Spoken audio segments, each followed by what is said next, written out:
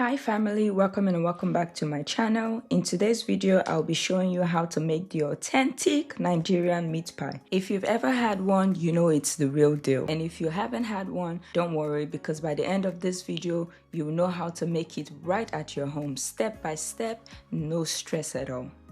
Now let's make our dough. In a large bowl, add your flour and sieve. Then you're gonna go ahead and add your baking powder and your butter.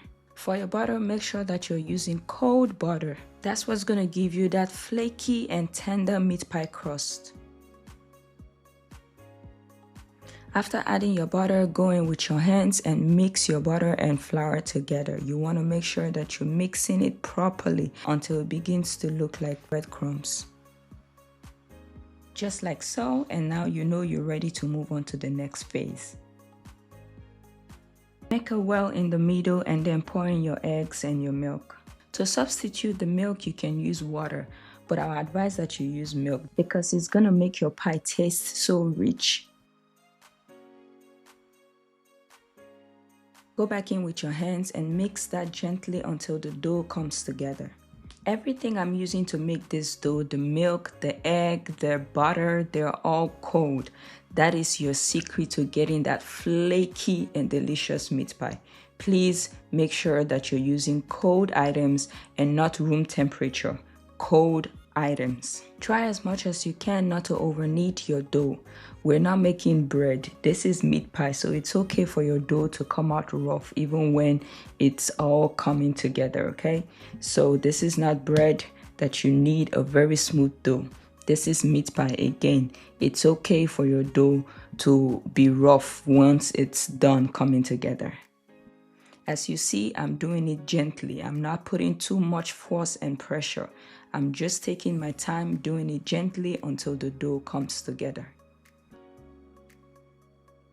Once your dough comes together, then you stop kneading. Do you see how rough it is? It is totally fine. Don't worry.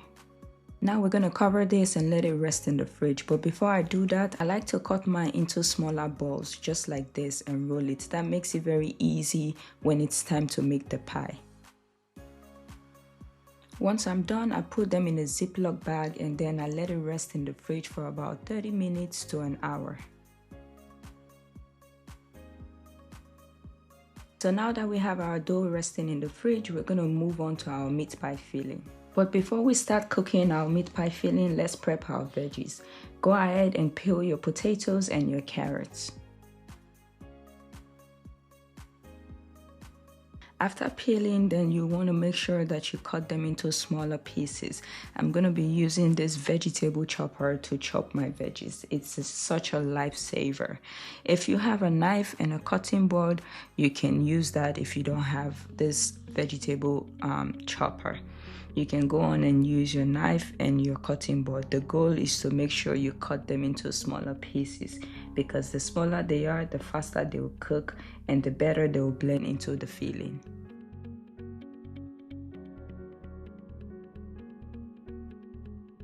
Now let's cook the filling. In a pot, add in your ground beef, break it apart and cook until it's brown and no longer pink.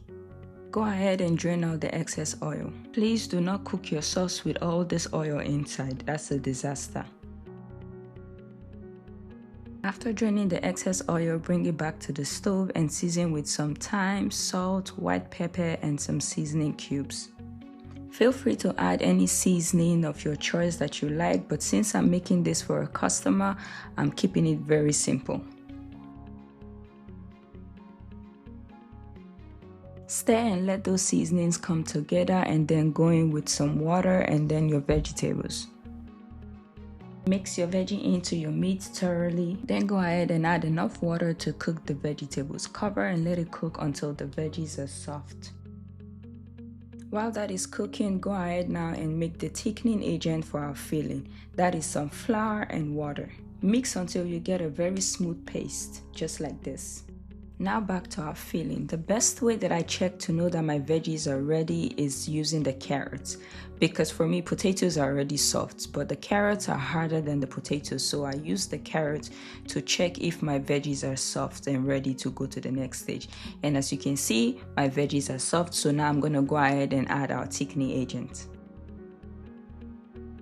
I'm going to stir that and cook until the filling thickens just like this. You don't want your filling to be too thick, because by the time it cools down, then it's going to be like a rock. So you want it to be like in the middle, not too runny as well, because it's going to leak through your pie.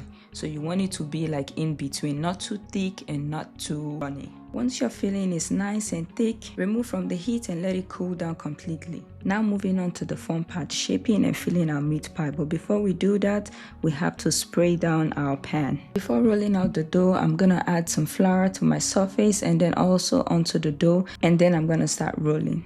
I'll roll out the dough until I get a nice circle, not too thick, not too thin, just about an inch or half an inch, wider than the pie cutter you're going to use to cut the pie. Once I achieve my desired thickness that I'm going for, I'll place it on my meat pie cutter and add a good size amount of filling in the center. Try not to overfill your pie to avoid it bursting open in the oven. After filling, I'll close my pie cutter together to tighten and to seal our pie. If you can get your hands on this pie cutter, go for it. It makes the job so much faster and easier. Just look at how perfect this pie looks. So beautiful. Once I'm done with that, I'll place the pie on my greased tray and set it aside while I continue to work on the other pies. I'll repeat the same process like I did earlier, making sure that my surface has flour on it and also the dough has flour to avoid anything sticking onto the surface. And then I go ahead and roll my dough onto my desired thickness. Place it on my meat pie cutter, fill it up, seal it, and then onto the tray.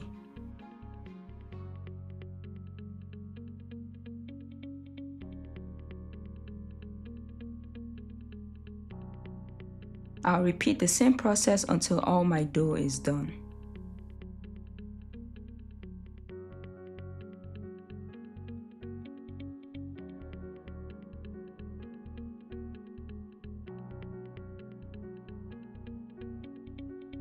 Once I'm done with all of my pies, then I'll go ahead and brush the pies with some egg wash. This gives your pie that golden nice color when it's done.